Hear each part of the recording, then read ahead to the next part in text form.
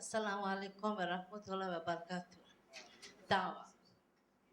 No Muslim is a Muslim if they do not believe in Jesus Christ as a prophet.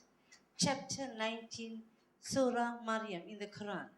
The respect we have for mother and child, that's our belief according to the Quran. The Christians are shocked when we show them the Quran. They know us as antichrist. How we pray Jesus pray the same way. The shortest verse in the Bible is Jesus wept, John 11, verse 35. Okay, my dawah is I make handbills like this, and I say in my handbill is choice, respect and reality. John 8:32.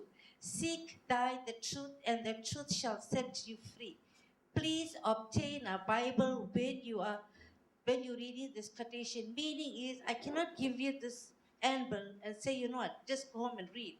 I have to tell you to the quotation is here, you have to open the Bible. Okay, I'm just gonna read a few. Acts 7, verse 33. Put off thy shoes from thy feet. Exodus 40, 30 to 32. Moses and Aaron and his son washed their hands and their feet, and after they went into the tent. Acts 21, verse 26. Then Paul took the men's and the next day purified himself with them. Daniel 6, verse 10.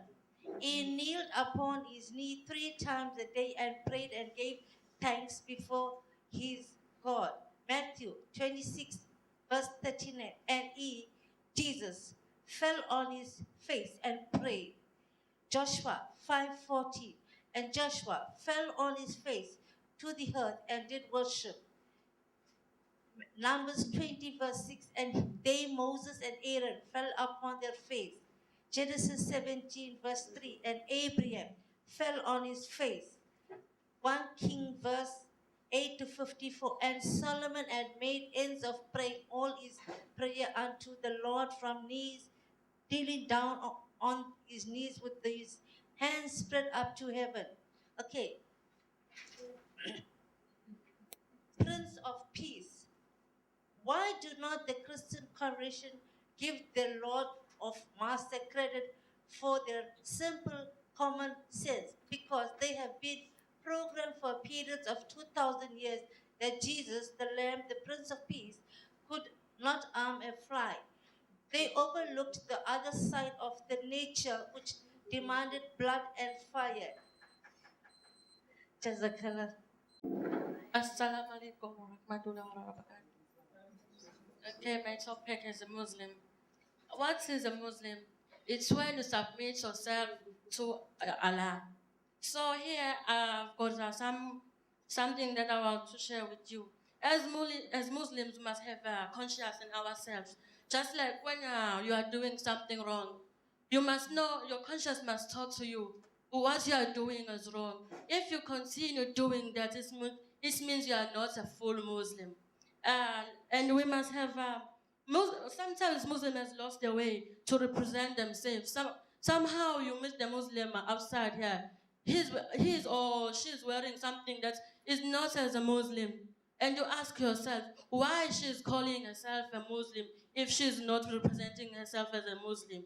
And I've got another point here. Maybe you are going outside here and someone step on your toe. Don't fight with that person. You are calling yourself a Muslim. As you are fighting with that person, you are telling others who are non-Muslim that no, you are not a Muslim. You must ask for forgiveness, as the verse in the Bible says. Forgive us our trespasses as we forgive you. Allah forgive us our trespasses as we forgive those who trespass against us. I've got another point here. As Muslims, we must watch our tongue. Every time when we speak, we must know how we speak. We must speak the truth. Even you speak there, you must not tell others the lie, even if they are non-Muslims. So we must contradict ourselves and know how to live a proper life. As Muslims, we must be always clean to represent Allah, because He doesn't like the person who's not clean at all. As you told us before, that when you go to the toilet, you must come clean, you must wash yourself to represent Allah. Because if sometimes you are making a prayer and you're not. Thank you. Yesterday, I wanted to speak about good manners and good behaviors because I have observed that, unfortunately, many times I have seen Muslims not behaving like they should do and actually behaving less well than non-Muslims, which I don't understand because I think that our good manners are a reflection of our practice of Islam. So we have to obey the commandments of God by respecting our obligations, whether it is towards other human people, our community, or animals, or natures, and also about contracts, having words, and also ethics in business and different things. So the question is, why don't we respect basic rules, being polite, being good mannered? Most of the time, it's not because we are ignorant. Most of the time, it's because we have an ego problem. It's a weakness. So I have observed when I've spoken to some Muslims back home that they think that, why should I do that? If I do that, I show that I'm weak. So that poses a problem to some people. So I just ask themselves, who tell you that it's weak? Who is standing next to you at this very second?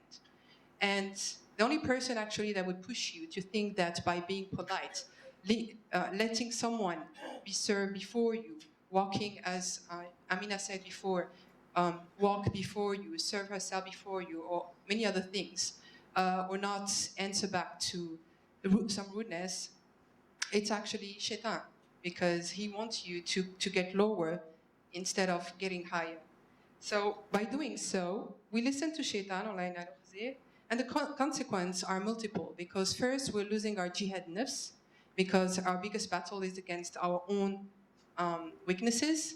So we're letting small details, everyday detail that we do since we wake up until we sleep, ruin all other efforts that we make. But there are also other things that we do, is we show a very bad image of Islam, because I can give you an example. I went to a mosque, and the owner of the mosque, so I knew that by the very first minute, which I shouldn't have, because I didn't know that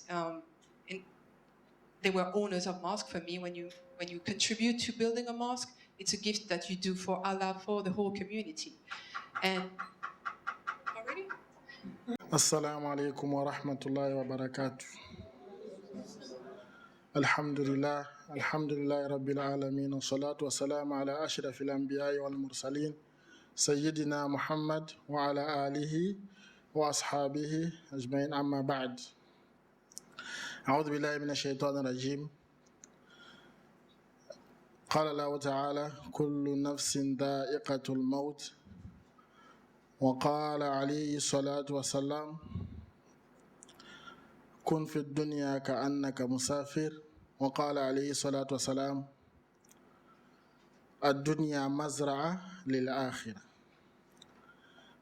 My topic is about the last day. As I was mentioned in one ayah, Allah is saying every soul shall taste death. It means no one of us will go and meet Allah walking. All of us, we have to taste death. We will one day die.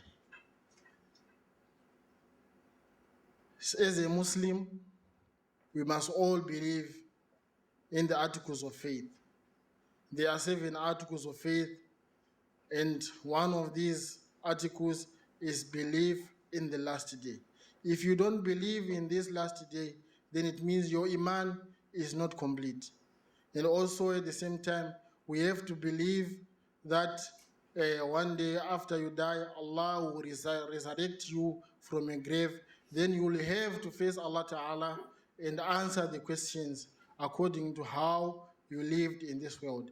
Like the Prophet ﷺ has said, Ad-dunya mazra'a lil-akhirah. It means that this world where we are living right now is like a garden. It is a garden for the hereafter. So if you are in this world, how do you prepare for the hereafter? It means by the time one is following all the commands from Allah Ta'ala, and also leaving all the things which Allah Ta'ala has forbidden us. It means you are preparing for the Akhirah. And when you resurrect from the grave, inshallah, you will have your reward accordingly. Okay, Qiyamah, it means standing. All of us will be standing, waiting for Allah to judge us. So on this day, each and every one of us will go through the questions. But the things is like, the first thing is there are people who are going to be happy, the people who are going to rejoice. Those are the people who are following and fulfilling the commands of Allah Ta'ala. And there is the second category of people, which is the Jazakumullahu khair. You know the 3 minutes talk. So you have to time yourself, and you should time yourself that in 2.5 minutes you should conclude, and last 15-20 seconds you should come to the conclusion. So it should be a body, beginning, body and conclusion all at a time. So not that when bell rings you stop immediately. Now let me tell you how to adjust the mic. First of all, this is not the position. It should, depending on of your height. Suppose this is the mic.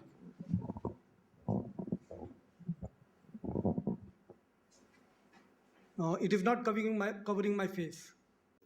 Or at this, you can raise it from here. Okay, so this is how it should be. According to your height, you should adjust it. Fine. Okay, John, this is your topic is ilm. Alhamdulillah hamdan kathiran tayyiban mubarakan fihi. Assalamu alaikum wa rahmatullahi wa barakatuh. Allah subhanahu wa ta'ala said in the whole Quran, هَلْ يَسْتَوِي الَّذِينَ يَعْلَمُونَ وَالَّذِينَ لَا يَعْلَمُونَ. Are they equal? Those who know and those who do not know. And if you go to the hadith of the Prophet sallallahu alaihi wasallam, Nabi sallallahu alaihi wasallam said, "Talabul ilm faridatun ala kulli muslimin wa muslima."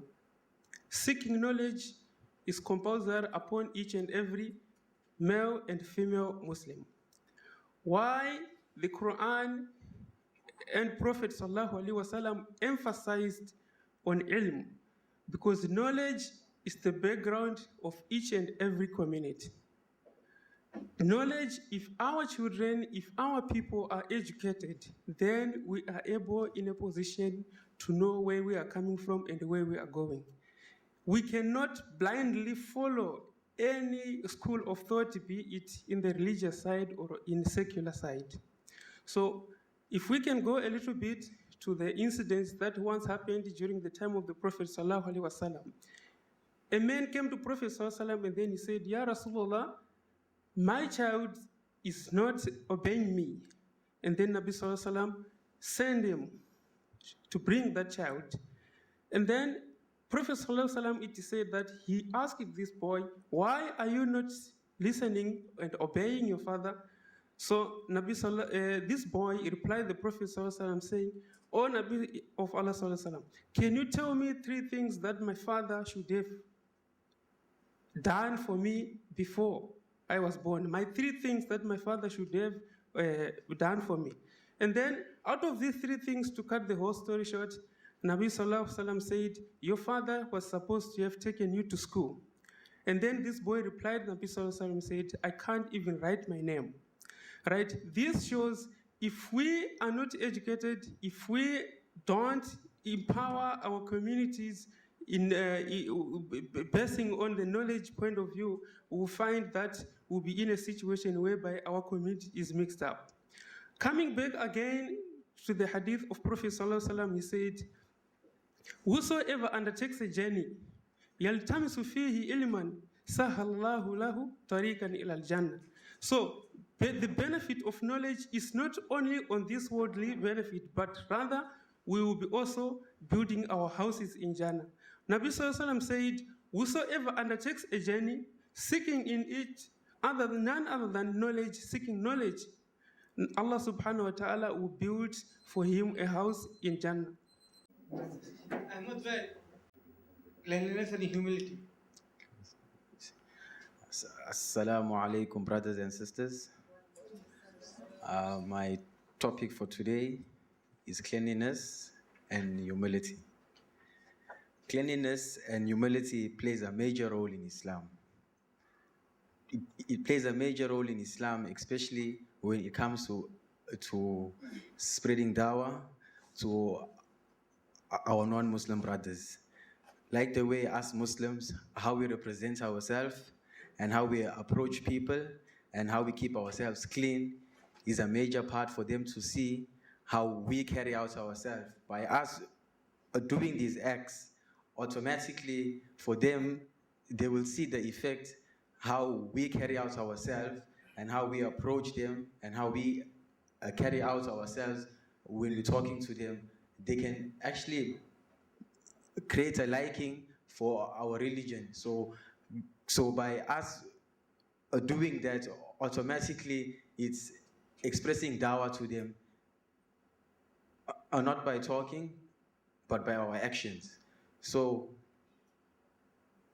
a good character is a sunnah of Nabi sallallahu alayhi wasallam. And dawah in his days, it was passed by a good character. For I got a small example for you all, like it was said earlier on. Nabi sallallahu alayhi wasallam was amongst a group of people, and a man just came past and he grabbed his shawl and he did not retaliate in an improper manner. He approached the situation in a good manner, being humble, showing kindness.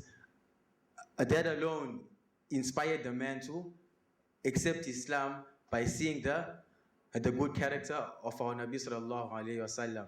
And coming back to cleanliness, it's so important that when we approach these people to give them dawah, we have to, the way we represent ourselves, you know, we cannot be approach them today and to tomorrow we're coming in a impure state. We have to be in a state that we were like the way we approached them the day before.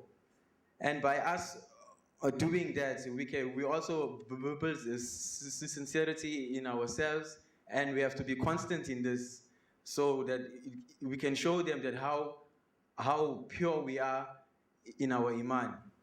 Ali Daud, appreciation. Start. Assalamu alaikum wa rahmatullahi wa barakatuh.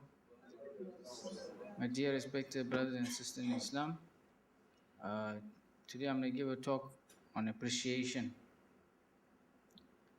I'll start off first by what Allah subhanahu wa ta'ala says in the Quran.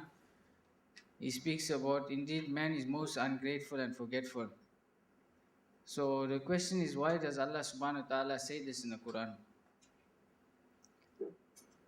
If you look at mankind and if you look at everything created on this earth, it's created by Allah subhanahu wa ta'ala. And everything happens only by the will of Allah subhanahu wa ta'ala. But what do us as human beings, as people, what do we do? When we have a problem, that's the time we turn to Allah subhanahu wa ta'ala. We turn to our salah, we turn to our creator. We ask him for help, we ask him for guidance. But the moment the guidance comes to us, the help comes to us, we forget. We don't appreciate anymore what Allah subhanahu wa ta'ala has given us. Also, if He gives us wealth, He gives us a nice car, He gives us a nice house, we forget Allah subhanahu wa ta'ala. We think we did everything by ourselves. We forget that everything can only happen by the will of Allah subhanahu wa ta'ala. We think everything we did on our own, and we become unappreciative for those things that He has given us. Also, example I would like to say, if we look at all His creation, the trees, the birds, the ocean, everything that Allah subhanahu wa ta'ala created, even if we look at our body, That's the best example. If you look at our body, the way it's created, no man can create anything the way Allah subhanahu wa ta'ala has designed the body and the way He has made it to work. And we need to appreciate the things that Allah has given us, appreciate the eyesight that He has given us. We need to appreciate the hands, the legs. Because if we lose one eye, no man can replace that eye for us. And if we lose a leg, we can't function as a normal person. No one can replace that leg for us. So I'd like to tell everybody to appreciate everything that Allah subhanahu wa ta'ala has given us. The appreciation plays a very important role in our life as a Muslim, because when you appreciate something, that's a time it's dear to you, you look after it. And it all boils down to remembering that, you know what, everything happens with the will of Allah subhanahu wa ta'ala, and He created everything. Suppose it goes high like this, it is high for me. What I can do, I can just press this, go behind, and it is okay. So even if it goes high like this, I can adjust this portion, and it can go at my height.